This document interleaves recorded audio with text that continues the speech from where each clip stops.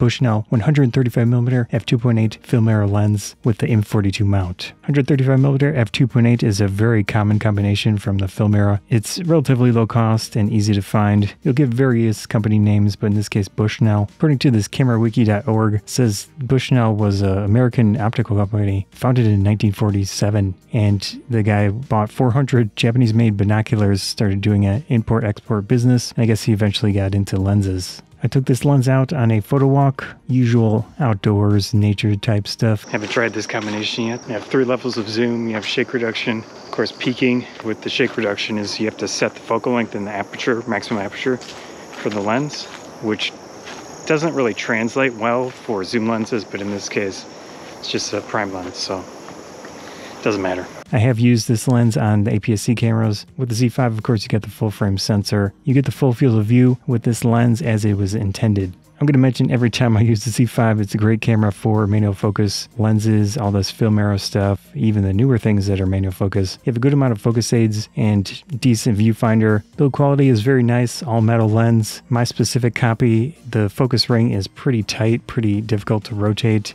One thing I did do was put some tape down here just in case. With screw mount lenses, there's always a chance of loosening it when you're focusing. With the adapter, of course, you need that specific flange distance to make it function properly. M42 in that case. It's going to be a pretty long lens on the Z5 or any similar mirrorless camera.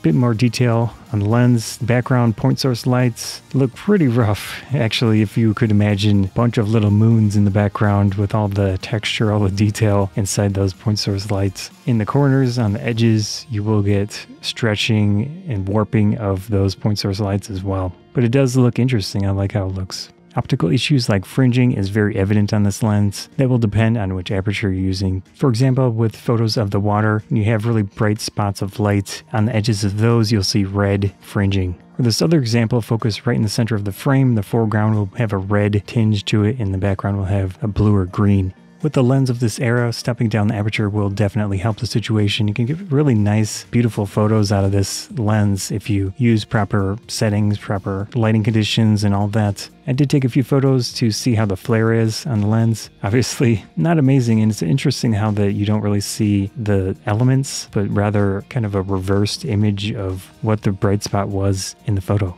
Magnification on this lens is not great. Don't expect to do close-up detail shots. In my case, I like doing that style of photography, so with this lens it's not a great fit, but you can use an extension tube to get closer focus if you want. This is one of those lenses that are lower cost, that provide a challenge to the photographer to make the best out of the lens and just have a lot of fun with it. Enjoy it, see what you can do with it, see what you can get out of it. If you leave the lens at f2.8 the whole time, you're probably not going to have the best experience ever, but still be a good time, I think. In action situations, I did see bald eagle fly past me quickly, and I tried to take some photos, but I didn't even have a chance to change any settings or anything like that. But yeah, that was a really enjoyable photo block with this Bushnell 135mm and M42 mount adapted to the Nikon Z5. Nice combination. Of course, this lens isn't anything super exciting, but it's fun to use, especially on this camera, Z5. And for the price, getting a great camera for old manual focus lenses.